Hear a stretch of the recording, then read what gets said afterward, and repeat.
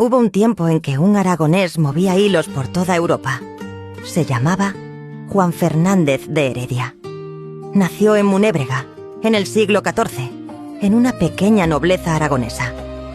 Pero su ambición y su inteligencia lo llevaron mucho más lejos. Entró en la Orden de San Juan, una poderosa organización militar y religiosa que protegía las rutas del Mediterráneo. Pronto empezó a destacar. Heredia no era solo un caballero, era estratega, diplomático, hombre de confianza de reyes. El propio Pedro IV de Aragón, el ceremonioso, contó con él como consejero, embajador y apoyo militar.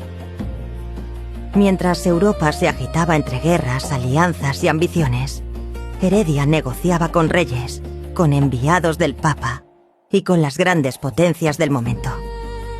En 1377 llegó a lo más alto. Fue nombrado Gran Maestre de la Orden de San Juan. Desde la fortaleza de Rodas, dirigía una orden internacional con influencia en todo el Mediterráneo. Pero hay algo de Heredia que casi nadie recuerda.